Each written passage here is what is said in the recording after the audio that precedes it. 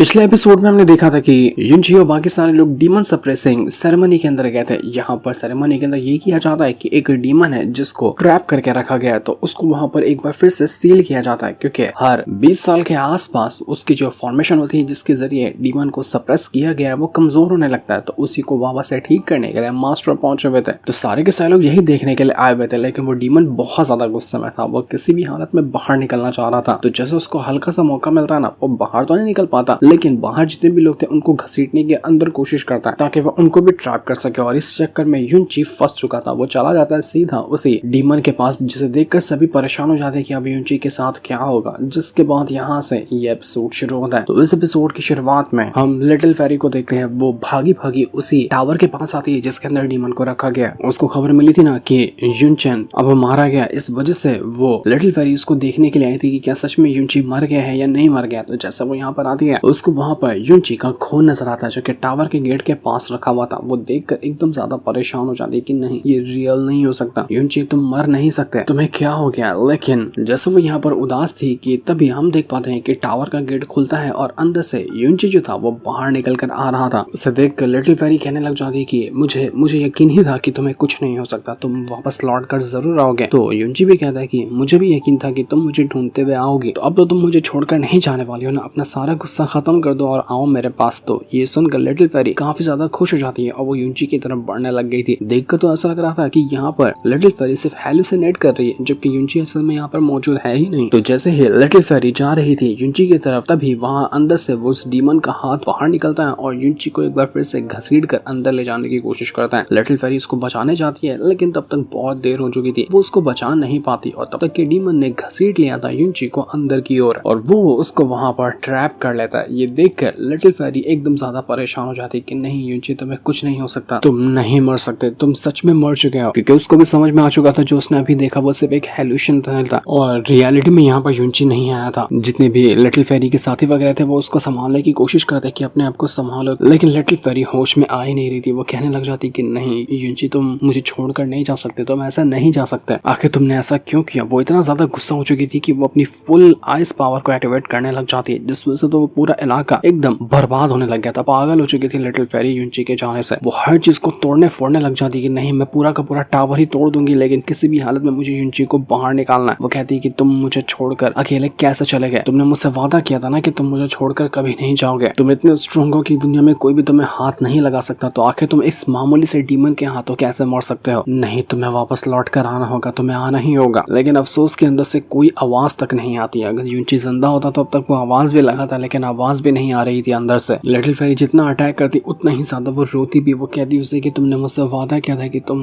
वापस से मेरे पास जरूर आओगे, तो तुम मुझे छोड़कर चले गए। उसके जितने भी साथी वगैरह थे वो यहाँ पर लिटिल फेरी को ऐसा देखकर एकदम हैरान और परेशान हो जाते हैं। उनको पता चल चुका था कि लिटिल फेरी के दिल में युनची के लिए कितनी ज्यादा जगह है, और जब उसने देखा कि युनची अब नहीं बचा तो वो अपनी सारी की सारी फीलिंग्स वो दबा ही नहीं पा रही। जो भी कहना था वो सबके सामने ही कह देती है कि तुम मुझे छोड़कर चले गए। लिटिल फेरी कहती कि बस एक बार बाहर निकल कर आ जाओ, उसके बाद तुम जो कहोगे मैं वो करूंगी। अगर कभी मुझे जाने के लिए नहीं कहोगे ना तो तुम्हें छोड़कर भी नहीं जाऊंगी, हमेशा हमेशा तुम्हारे साथ रहूंगी, बस एक बार वापस लौट कर आ जाओ। वो अपनी फिनिक्स स्पिरिट को यूज कर लेती है, अपनी हर एक टेक्निक को, सब कुछ को वो यूज कर चुकी थी, बस इसलिए कि वो इस टावर को ही डिस्ट्रॉय कर दे और अंदर चली जाए युनची को बाहर लाने के लिए। लेकिन वो कितनी भी कोशिश क्यों ना कर ले, जो कुछ भी वो ट्राई करती सब कुछ यहाँ पर फेल होता हुआ नजर आ रहा था। कुछ भी यहाँ पर असर करता ही नहीं और युनची बाहर निकल कर नहीं आता। इतनी ज्यादा पावर वेस्ट करने की वजह से, इतना ज्यादा खुद को परेशान करने की, तकलीफ देने की वजह से लिटिल फेरी की हालत खराब होने लग गई थी। उसके दोस्त उसको समझाते कि कितनी भी कोशिश क्यों ना कर लो ये टावर कभी नहीं टूट सकता, ये बहुत ज्यादा मजबूत टावर है, इससे सिर्फ तुम्हें तकलीफ होगी बल्कि टावर को कुछ भी असर नहीं होगा। तो ये चीज छोड़ दो, जो हो गया हो गया, अब तुम्हें उसको एक्सेप्ट करना पड़ेगा कि युनची वापस लौट कर नहीं आ सकता। लेकिन लिटिल फेरी से अभी भी बर्दाश्त नहीं हो रहा था और वो यहाँ पर सदमे की वजह से ही बेहोश हो जाती है। उसको खून भी उल्टियों के जरिए बाहर आने लग गया था, क्योंकि वो सदमा कुछ ज्यादा ही गहरा ले चुकी थी। जितना वो गुस्सा दिखाती थी युनची के ऊपर, आज पता चला कि वो उसको कितना ज्यादा पसंद करती है। उसका गुस्सा दिखाना, उसका सब कुछ करना सिर्फ वो एक बाहर के मन से दिखाया करते थे, लेकिन जब सिचुएशन ऐसी बनी ना तो वो अपनी फीलिंग्स को दबा ही नहीं पाई। सभी लोग जल्दी जल्दी लिटिल फेरी को डॉक्टर के पास ले जाने लगते हैं ताकि उसका इलाज किया जा सके, क्योंकि वो अभी भी बेहोश हो चुकी थी, उसको किसी भी चीज का होश ही नहीं था। धीरे धीरे टाइम गुजरता है और सारे के सारे लोग इस टावर से जाने लगे थे, क्योंकि सभी को समझ में आ चुका था कि युनची मर चुका है, वो लौट कर नहीं आएगा, तो यहाँ पर इंतजार करके कोई मतलब नहीं है। लेकिन युआन बा वहीं पर खड़ा होता है क्योंकि जोरालान भी बेहोश हो गई थी, तो उसको भी डॉक्टर के पास ले जाया जा चुका था। वो युआन कहने लग जाता है कि आज मेरी ही गलती की वजह से बॉस आपकी ये हालत हुई है। मैं वादा करता हूँ आपसे कि मैं बहुत ज्यादा स्ट्रॉन्ग बनकर दिखाऊंगा और आपको कभी भी निराश नहीं करूंगा। जैसा आपने उम्मीद लगाई थी ना, मैं उससे भी ज्यादा स्ट्रॉन्ग बनकर दिखाने वाला हूँ। तो अब हमें यहाँ पर कुछ टाइम बाद का सीन दिखाया जाता है जहाँ एक बूढ़ी आंटी थी जिसको सभी लोग ग्रैंड माँ ज्यूमो कहकर बुलाते हैं, तो वही इलाज कर रही थी लिटिल फेरी का। वो सभी को आकर बताती है कि लिटिल फेरी की सिचुएशन अभी डेंजर से बाहर है, वो कुछ टाइम के अंदर पूरी तरह से ठीक हो जाएगी, इसलिए उसकी टेंशन लेने की कोई जरूरत नहीं है। लेकिन अफसोस की बात यह है कि जितना उसने खुद के ऊपर प्रेशर डाला, जितना उसने अपने आइस एलिमेंट की सारी पावर को निचोड़ दिया बस उस टावर के गेट को तोड़ने के लिए, तो इस वजह से उसको अंदर से बहुत ज्यादा तकलीफ हुई है। और इस तकलीफ की वजह से जो लिटिल फेरी का बेबी है, जो उसको बच्चा होने वाला था, हम उसको नहीं बचा पाएंगे। तो ये सुनकर तो सारे के सारे लोग बिल्कुल हैरान रह जाते हैं कि आखिर ये कैसे हो सकता है कि लिटिल फेरी प्रेग्नेंट है। ये तो इम्पॉसिबल बात है क्योंकि लिटिल फेरी ने कभी भी किसी इंसान को अपने करीब आने नहीं दिया। तो आपको गलतफहमी होगी, आपने जो जांच की है उसको एक बार फिर से करिए, ये पॉसिबल नहीं, ये चीज हो ही नहीं सकती। लेकिन अपने लोगों को पता है कि ये कांड तो हो गया था पिछले सीजन में, लेकिन वो ग्रैंडमा कहती है कि मुझे पागल समझा क्या, मैं 189 साल से इलाज कर रही हूँ, मैंने सभी लोगों को चेक किया और मैं कभी गलत हो ही नहीं सकती। तो जो मैंने कह दिया बस वो कह दिया। ये बात 100% सही थी कि लिटिल फेरी प्रेग्नेंट तो थी, लेकिन अब हम शायद उसके बच्चे को नहीं बचा पाएंगे। ग्रैंडमा तो वहां से चली जाती, लेकिन बाकी लोग अभी भी एकदम टेंशन में थे कि ये क्या खबर ग्रैंडमा सुना कर गई है कि लिटिल फेरी प्रेग्नेंट है। ये तो हमें बर्दाश्त ही नहीं हो रहा, ये कब कहाँ कैसे कैसे हो गया ये, क्योंकि कोई भी इंसान कभी भी कोई जो मर्द है लिटिल फेरी के करीब आया ही नहीं। जैसे लिटिल फेरी को होश आता है, उसके दोस्त वगैरह से पूछने लग जाते हैं कि तुम्हें होश आ गया, ये तो अच्छी बात है, लेकिन तुम्हें पता है वो ग्रैंडमा क्या कह के गई है कि क्या तुम, तो लिटिल फेरी कहती कि हाँ वो जो उन्होंने कहा वो सच है। तो वो जो मास्टर था वो यहाँ पर लिटिल फेरी से कहने लग जाते कि किसका बच्चा है ये, आखिर तुम्हारे पास किसका बच्चा आ सकता है। लेकिन लिटिल फेरी कहती कि देखो ये जो घर है ना, यहाँ पर सिर्फ लड़कियां आ सकती है, तो तुम मेहरबानी करके यहाँ से बाहर चले जाओ, तुम यहाँ पर नहीं रह सकते। तो मास्टर तो वहां से चला जाता है, लेकिन ये अंदर ही अंदर वो सोचने लग गया था कि मुझे पता है ये बच्चा किसका हो सकता है, ये बच्चा जरूर उसे यूनची का होगा। लिटिल फेरी को गुस्सा आ चुका था कि मैंने तेरे को कहा ना कि तू यहाँ से निकल ले, तो जाता क्यों नहीं है। ये डर की मास्टर काफी टाइम से लिटिल फेरी के ऊपर नजर बना कर रखा हुआ था, इस वजह से लिटिल फेरी को गुस्सा आ गया उसको यहाँ पर देखकर, तो इसी वजह से वो मास्टर को भगा रही थी। तो इस चीज को देखकर वो जो मास्टर की वाइफ होती है ना बाहर से, वो काफी ज्यादा गुस्सा हो जाती है कि यहाँ मैं उसकी वाइफ खड़ी हूँ और ये दूसरी लड़की के बारे में सोचकर इस तरह से गुस्सा कर रहा है, मैं उसको छोड़ूंगी नहीं। जिस तरह से इसने मुझे धोखा दिया ना, इस धोखे का फल इसको जरूर मिलेगा। तो इसके बाद वो जो मास्टर की वाइफ थी वो अपने बेटे के पास आ जाती है। उसका बेटा काफी ज्यादा परेशान लग रहा था। वो अपनी माँ से कहता है कि माँ, मैंने जो भी आपसे हमेशा मांगा है आपने वो हर एक चीज मुझे ला कर दी है, मुझे कभी किसी चीज की कमी नहीं हुई, लेकिन अब ऐसा लगता है कि एक चीज जो मुझे चाहिए वो मुझे नहीं मिल सकती, क्योंकि मुझे एक लड़की से प्यार था, मैंने उसको बहुत ज्यादा पसंद किया, लेकिन अब नहीं लगता कि मैं उसके करीब वापस जा पाऊंगा। तो ये सुनकर उसकी माँ कहने लग जाती है कि जहाँ तक कि मुझे लग रहा है कि जिस लड़की से तुम प्यार करते हो वो कोई और नहीं बल्कि किन्युई ही होगी। सच कह रहा हूँ ना मैं, अगर वो किन्युई है तो तुम्हें फिक्र करने की जरूरत नहीं, मैं क्लाउड इमॉर्टल पैलेस के अंदर जाऊंगी और वहां जाने के बाद खुद उसका हाथ मांगूंगी तुम्हारे लिए। तो ये सुनकर उसका बेटा कहने लग जाता है कि माँ अब आपको फिक्र करने की जरूरत नहीं है, क्योंकि बहुत ज्यादा देर पहले ही हो चुकी है। तो इसके बाद हम यहाँ पर किन्युई को देखते हैं, वो उसी जो डीमन टावर था उसके गेट के पास आती है और यहाँ पर आने के बाद उसको सब कुछ पता चल गया था कि यहाँ पर क्या हुआ, जिस वजह से यूनची की जान गई। वहाँ पर उसको यूनची के खून के कुछ बूंद भी दिखते हैं, तो वो उन खून की बूंदों के जरिए यूनची के साथ बिताए हुए लम्हों को याद करने लगी थी कि किस तरह से यूनची ने उसका ख्याल रखा, उसके लिए इतनी सारी चीजें की। उसको वो भी याद आने लग जाता है कि जब यूनची ने उससे कहा था कि हम दोनों की शादी तो हो चुकी है, लेकिन मैरिज कॉन्ट्रैक्ट तुम्हारे पास है, तुम जब चाहो इसको फाड़ देना, मुझे फर्क नहीं पड़ेगा। अगर ना पसंद करती हो मुझे तो फाड़ देना, अगर पसंद करती हो या फिर मेरे लिए तुम्हारे दिल में कोई भी जगह है तो उसको संभाल के रख लेना। तो आज तक की किन्युई ने कभी भी उस मैरिज कॉन्ट्रैक्ट को कभी नहीं फाड़ा था। उसको वो भी याद आने लग जाता जब यूनची ने उससे कहा था कि इस जिंदगी में तो अगर हमारी जो लाइफ है वो उतनी ज्यादा हंसी खुशी वाली नहीं रही, तो अगली लाइफ क्या तुम फिर से मेरी वाइफ बनना चाहोगे, और उस टाइम कोई भी ऐसे हालात नहीं होंगे जो हम दोनों को एक दूसरे से अलग करे, हम दोनों हमेशा एक साथ रहेंगे। तो इसी चीज को याद करते हुए यहाँ पर किन्युई कहने लग जाती कि इस लाइफ में कुछ तो ऐसा है जो मुझे अब यहाँ पर करना होगा, और वो है कि शायद मैं खुद की जान दे दूं, तो इसके बाद अगली लाइफ में हम दोनों एक दूसरे से मिल सकते हैं। यही एक रास्ता है हम दोनों को एक बार फिर से मिलने का, क्योंकि जब मुझे मौका मिला मैं तुम्हारे साथ नहीं रह पाई, और जब यहाँ पर सब कुछ खत्म हो गया तो मुझे मेरी गलती का एहसास हो रहा है। लेकिन जैसे ही यहाँ पर किन्युई ये गलत कदम उठाती कि इससे पहले ही वो जो मास्टर की वाइफ है उसका बेटा आकर पहुंच जाता है और यहाँ पर कहने लग जाता है वो कि आप भी यहाँ पर उस यूनची को आखिरी बार देखने के लिए आई हुई हैं। तो किन्युई कहने लग जाती कि सिर्फ यूनची को नहीं, मैं उस इंसान को देखने के लिए आई हूँ जो जिंदगी में मेरे सबसे ज्यादा अहमियत अंदर का, वो यहाँ पर अपना थोड़ा सा बाल का टुकड़ा काट लेती है और उसको हवा में उड़ा देती है, जो कि अजीब सी रोशनी में बदल कर वहाँ पर गायब हो जाता है। वो जो किन्युई थी वो कहने लग जाती है यहाँ पर कि देख लेना यूनची, वो टाइम जल्दी आएगा जब हम दोनों एक दूसरे से फिर से मिलेंगे, और जब अगली बार हम दोनों मिलेंगे ना तो मैं तुम्हें एक अच्छी पत्नी बनकर दिखाऊंगी, जो कि मैं नहीं बन पाई थी जब तुम मेरे साथ थे। तो पर इस बार नहीं, इस बार मैं तुम्हें कभी भी तकलीफ नहीं दूंगी। इतना कहकर वो वहां से चली जाती है। उसने अभी तो कोई गलत कदम नहीं उठाया।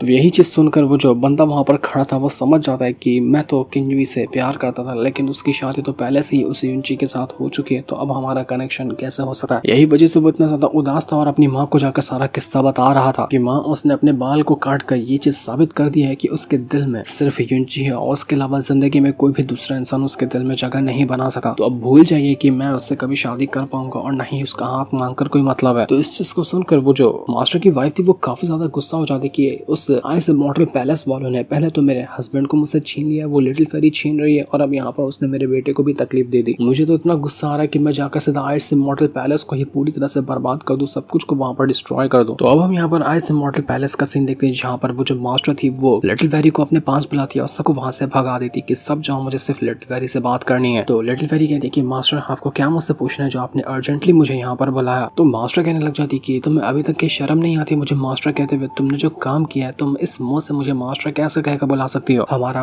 आइस इमॉर्टल पैलेस कितना ज्यादा रेप्यूटेड है, हमारी यहाँ पर कोई भी गलती नहीं होती, लेकिन तुमने हमारे पूरे आइस इमॉर्टल पैलेस की इज्जत मिट्टी में मिला दी। कितनी घटिया हरकत की है तुमने, तुम जानती भी हो इसके बारे में। अरे मैंने तुम्हारे ऊपर तो जिंदगी में कभी ऐसा सोचा ही नहीं था कि तुम हमारे इस कसम को तोड़ोगी, क्योंकि हमारे आइस इमॉर्टल पैलेस का यही रूल है कि कोई भी लड़की बिना शादी के तो किसी लड़के के साथ कभी भी नहीं रह सकती, और तुमने तो सारी हदें ही पार कर दी। शर्म आनी चाहिए तुमको। तुमने हमारे इतने सालों की रेपुटेशन, इज्जत को पूरी तरह से खाक में मिला कर रख दिया। वो तुम ऐसा करोगे मैंने कभी नहीं सोचा था, क्योंकि तुम सबसे ज्यादा भरोसे वाली लड़की थी जिसके ऊपर मैं आंख बंद करके भरोसा कर सकती थी। तो यहाँ पर लिटिल फेरी कहती कि मैं जानती हूँ कि मुझसे गलती हुई और इसकी जो भी सजा होगी ना, मैं वो सजा हैंडल करने के लिए तैयार हूँ। तो मास्टर कहती कि हैंडल करोगे, सजा हैंडल कर लोगे, ठीक है। तो तुम यहाँ पर जितने भी हमारे एंसेस्टर मर चुके हैं ना, उनके पास जाओ, उनकी कब्र के सामने जाकर ये कसम खाओ कि तुम इस बच्चे को हमेशा के लिए खत्म कर दोगे और इस बच्चे को मार दोगे, और उसके बाद चाहे कुछ भी क्यों ना हो जाए, कभी भी इस आइस इमॉर्टल पैलेस को छोड़कर नहीं जाओगे, यहाँ से बाहर कदम भी नहीं निकालोगे। कर सकती हो ये। तो ये सुनकर यहाँ पर लिटिल फेरी कहना चाहती कि मेरे बच्चे की हालत तो वैसे भी काफी ज्यादा खराब है, बड़ी मुश्किल से उसको बचाया जा रहा है, लेकिन मैं इसको नहीं मार सकती। जो मैंने किया है वो गलती मेरी है, तो आप इस बच्चे को क्यों सजा देना चाहती हैं? बस इसको जिंदा छोड़ दीजिए, उसके बाद आप जो भी करने के लिए कहेंगे मैं आप वो सब करूंगी, हर एक चीज को करूंगी, आंख बंद करके कर लूंगी, जो सजा देना जो कुछ करना कर दीजिए, लेकिन इस बच्चे की कोई गलती नहीं है, इसको मत मारिए। तो ये सुनकर मास्टर को काफी ज्यादा गुस्सा आ जाता है। वो उससे कहना चाहती कि ठीक है, तुमको ज्यादा ही नाटक चढ़ रहा है ना, लेकिन फिर भी तुम इस बच्चे को कभी जन्म दे ही नहीं पाओगे, क्योंकि तुमने जो गुस्से में इतनी सारी पावर को यूज किया था, उस वजह से तुम्हारे जो वोम्ब है, मतलब कि तुम्हारी जो कोक है वो इतनी ज्यादा ठंडी पड़ चुकी है कि कोई बच्चा वहां पर सर्वाइव कर ही नहीं सकता। बहुत महीने भर के अंदर वो अगर जिंदा भी होगा ना तो मर जाएगा। अगर उसको बचाना है तो तुम्हें वैसे भी यहाँ से बाहर निकलना चाहिए, तुम्हें कोई गर्म जगह चाहिए जहाँ पर तुम्हारे बच्चे के बचने के चांसेस हो, लेकिन मुझे नहीं लगता कि ऐसा कुछ होने वाला है। तो तुम इसको मारो या नहीं मारो फर्क नहीं पड़ता, लेकिन ये जिंदा तो कभी बाहर तुम्हारे अंदर से निकल ही नहीं पाएगा, वो मर ही जाएगा। तो ये सुनने के बाद जो लिटिल फेरी थी वो तुरंत अपनी पावर को यूज करती है, जितनी भी अपनी आइस की पावर थी ना उसको डिस्ट्रॉय करने लग जाती है, ताकि वो अपनी पूरी आइस की पावर खत्म कर देगी तो चांस होगा उसके बच्चे को जिंदा रहने का। तो ये देखकर उसकी मास्टर एकदम परेशान हो जाती है। वो कहती कि उस यूनची ने कौन सा जादू तुम्हारे ऊपर कर दिया कि तुम अंधी हो चुकी हो उसके लिए, तुम्हें कुछ भी समझ में क्यों नहीं आता, कितना हम तुमको यहाँ पर समझाने की कोशिश करें लेकिन तुम्हारे दिमाग में कोई बात बैठ ही नहीं रही। उसने आखिर कैसा जादू चला दिया तुम्हारे ऊपर कि मुझे कुछ भी समझ में नहीं आ रहा। तुम अपनी जान, अपनी पावर सब कुछ त्यागने के लिए तैयार हो उस बच्चे के लिए जिसका बच पाना भी इतना ज्यादा मुश्किल है, उस यूनची के लिए जो कि अब तक मर भी चुका है। मुझे समझ नहीं आ रहा कि आखिर उसने तुम्हें क्या घोर कर पिला दिया, तुम होश में क्यों नहीं आ रही, तुम्हें समझना चाहिए कि अभी सिचुएशन कैसी है। तो लिटिल फेरी कहती कि उसने मुझ पर कोई जादू नहीं किया, ना उसने मुझे कोई भी फोर्स किया, उसने मुझसे कुछ नहीं लिया बल्कि मुझे बहुत कुछ दिया, इतनी प्यारी मेमोरीज दी हैं जिसको मैं चाह कर भी कभी भुला नहीं सकती। कई बार मेरी जान खतरे में आई थी, मुझे बचाने वाला अकेला वही इंसान था। अगर उसने मुझे नहीं बचाया होता तो आप जिस लिटिल फेरी को अपनी आंखों के सामने जिंदा देख रही है ना, वो कब का मर गई होती। हर बार अपनी जान पर खेलकर मुझे बचाने वाला इंसान कोई और नहीं बल्कि वही था। उसने मुझे एहसास कराया पहली बार कि प्यार का मतलब क्या होता है, इस आइस इमॉर्टल पैलेस में रहते हुए प्यार होता क्या है, एक लड़की की फीलिंग्स क्या होती है, उसको किस तरह से जिंदगी गुजारनी चाहिए, वो सब मैं भूल चुकी थी। मुझे सिर्फ कल्टीवेशन याद था, लेकिन दुनिया किस तरह से जी जाती है, एक लड़की होती क्या है, ये मुझे सिखाने वाला कोई और नहीं बल्कि यूनची ही था। उसने मुझे प्यार का एहसास कराया, किस तरह से जिंदगी जी जाती है, हर एक चीज का एहसास कराया। सिर्फ एहसास ही नहीं करा बल्कि मुझे वो फील भी करवाया। जब तक मैं कुछ समझ पाती कि मैं क्या कर रही हूँ तब तक तक मैं बहुत आगे निकल चुकी थी उस युनची के प्यार में, और वहाँ से लौटकर वापस आना बिल्कुल नामुमकिन था। और मैं अब यहाँ पर युनची को कभी नहीं भुला सकती, चाहे मुझे इसके लिए किसी भी हद तक के क्यों ना गुजरना पड़े। रैंकिंग बैटल में भी मैं सिर्फ इसलिए आई थी कि आखिरी झलक में यहाँ पर युनची को देख पाऊँ, मुझे बस उसको देखना था। तो ये सुनने के बाद उसकी मास्टर इतनी गुस्सा होती कि उसको 2 थप्पड़ घसीट कर मारती है कि शर्म आनी चाहिए तुम्हें, मेरे सामने होकर इस तरह की बातें कर रहे हो। बचपन से आज तक क्या है, जितनी भी हमारी इस फ्रोजन आउट इमॉर्टल पैलेस की जो लड़कियां, उनको यही सिखाया जाता है कि जो प्यार होता है वो सबसे खतरनाक डेडलीस्ट पॉइजन होता है इस दुनिया का, जो कि इंसान को बर्बाद करके रख देता है। और तुमने वही पॉइजन पी लिया। मुझे तो पहले इस बात पर यकीन भी नहीं था, लेकिन अब जाकर मुझे इस बात पर यकीन हो चुका है। जो एंसेस्टर कह रहे थे ना, वो बिल्कुल सच था। जो पॉइजन तुमने पिया है उसका शायद एंटीडोट इस दुनिया में है ही नहीं, तभी तुम इस तरह की हरकत कर रही हो। तुमने जो किया है ना, देख लेना, उसके लिए तुम रिग्रेट करोगी, ऐसा रिग्रेट करोगी कि उसके बाद तुम्हें पछताने का मौका भी नहीं मिलेगा। तो लिटिल फेरी कहती कि मुझे फर्क नहीं पड़ता, मैंने जो किया है मैं उसके ऊपर कभी भी रिग्रेट नहीं करूंगी। जो मैंने किया मैं प्राउडली बता सकती हूँ कि हाँ, मैंने युनची से प्यार किया और मैं उसके बच्चे की माँ बनने वाली। मुझे इससे ज्यादा किसी और चीज पे उतना प्राउड फील नहीं होगा जितना कि मैं इस पे कर रही हूँ। मैं जानती हूँ कि मैंने आपको निराश किया है, मैंने सब कुछ को निराश किया है और अपने सेट को भी धोखा दिया। उसके लिए मैं यहाँ पर सजा की हकदार हूँ और मुझे इस चीज का अफसोस भी है, लेकिन जो मैं कर चुकी हूँ मैं उसको कभी भी वापस ठीक ना करना चाहती हूँ, ना करूंगी। मैंने अगर ये जाना होता कि युनची अभी तक की जिंदा है तो मैं इस बच्चे को छोड़ने के बारे में सोच भी सकती थी, लेकिन जब युनची अब मुझे छोड़कर जा चुका है तो उसकी सिर्फ एक ही निशानी मेरे पास है इस दुनिया में, जिसको छोड़ने के बारे में, जिसको खत्म करने के बारे में मैं कभी भी नहीं सोच सकती। चाहे मैं मर जाऊं मुझे इससे फर्क नहीं पड़ता, लेकिन मैं इस बच्चे को बचा कर ही रहूंगी। और मास्टर, मैं आपसे अभी भी कह रही हूँ कि ये आइस इमॉर्टल पैलेस तो भाड़ में जाए, मेरी जान भी जाने वाली होती है ना, या फिर आप मुझे यहीं पर मार क्यों ना डालती हैं, आखिरी दम तक के मैं अपने बच्चे को बचाने की कोशिश करूंगी। और इसी को बचाते हुए मैं मर गई ना तो गर्व से मर जाऊंगी, मुझे फर्क नहीं पड़ता। मास्टर को बहुत ज्यादा गुस्सा रहा था, उसका दिमाग एकदम ज्यादा खराब हो गया होता। वो उससे कहते थे कि ठीक है लिटिल फेरी, आज से तुम हमारे इस आइस इमॉर्टल पैलेस के डिसाइपल नहीं हो, मैं तुम्हें अपने डिसाइपल की पोजीशन से रिजेक्ट करती हूँ, तुम मेरी डिसाइपल नहीं हो, और अब मेहरबानी करके हमारे इस आइस इमॉर्टल पैलेस से दफा हो जाओ, कभी भी मेरे आंखों के सामने नजर मत आना। इस महल को छोड़कर चले जाओ, इस आइस इमॉर्टल पैलेस को छोड़कर चले जाओ, इस पूरे ईस्टर्न रीजन को छोड़कर चले जाओ। मैं तुम्हें यहाँ पर कहीं पर भी देखना नहीं चाहती हूँ। आज से तुम्हारे और हमारे कनेक्शन जो थे वो सब कुछ खत्म हो चुके हैं। लिटिल फेरी जो थी अपने मास्टर के सामने कहना चाहती है कि मास्टर, आपने मुझे हर एक चीज सिखाई है, बचपन से आज तक के यहाँ तक बड़ा किया, मुझे एक बच्चे की तरह ट्रीट किया, जो एक माँ अपने बच्चे को प्यार करती है वैसा ही प्यार दिया, लेकिन मैंने आपको धोखा दिया। जिसकी जो गलती मैंने की है उसकी सजा मुझे भुगतनी चाहिए, और अगर आप मेरी शक्ल नहीं देखना चाहती हैं तो ठीक है, मैं अब आपको और ज्यादा तकलीफ नहीं दूंगी। तो मास्टर भी कहती कि हाँ, मैं भी वही कह रही हूँ कि निकल जाओ यहाँ से, और आइंदा कभी भी जिंदगी में, चाहे जब तक मेरी जान बची होगी, मुझे अपनी शक्ल दिखाने के लिए मत आना। ना मुझे तुम्हारे बारे में जानना है कि तुम्हारे साथ हुआ क्या, तुमने हमें धोखा दिया है, हम अब तुम्हें धोखा देते हैं, और निकल जाओ यहाँ से। लिटिल फेरी एकदम उदास हो चुकी थी, लेकिन फिर भी वो अपने बच्चे को बचाने के लिए वहां से जाने को तैयार हो चुकी थी। वो मास्टर कहना चाहती कि आज से जो तुम लिटिल फेरी की पोजीशन थी ना, वो चेंज होती है और वो मिलती है किन्युए को, क्योंकि लिटिल फेरी जितनी भी 7 यहाँ पर टॉप की फेरीज जो होती है उनकी हेड थी, तो अब यहाँ पर किन्युए बन जाएगी उन टॉप 7 फेरीज की हेड। मास्टर यहाँ पर ये भी ऑर्डर दे दी कि 3 साल के लिए हमारे पूरे के पूरे आइस इमॉर्टल पैलेस को सील कर दिया जाए। कोई भी यहाँ का ना बाहर जा सकता है, ना कोई बाहर का अंदर आ सकता है, कोई भी गेस्ट जो होगा वो एक्सेप्ट नहीं किया जाएगा। 3 साल के लिए हमारा आइस इमॉर्टल पैलेस पूरी तरह से शट डाउन होने वाला है। मैं नहीं चाहती कि एक परिंदा भी यहाँ से इधर उधर चला जाए। तो इसके बाद हम यहाँ पर उसी डीमन टावर का सीन देखते हैं जहाँ पर वो डीमन मौजूद था, और वहीं पर हम यहाँ पर युनची को भी देख पाते हैं जो कि बेहोश था या फिर मर गया था, ये तो कंफर्म नहीं दिखाया गया कि असल में उसके साथ हुआ क्या। जो हुआ है वो हमें यहाँ पर पता चलेगा नेक्स्ट एपिसोड के अंदर। आप लोगों को क्या लगता है कि युनची मर गया होगा? लेकिन मुझे तो नहीं लगता कि युनची मर जाए, क्योंकि अभी तो बहुत सारे एपिसोड बाकी आने, और युनची मर जाए ऐसा तो पॉसिबल ही नहीं है। तो ये जानने के लिए हमें नेक्स्ट एपिसोड का इंतजार करना पड़ेगा, जिस दिन को दिखाते। साथ ही ये वाला एपिसोड यहीं पर एंड हो जाता है। Thanks for watching.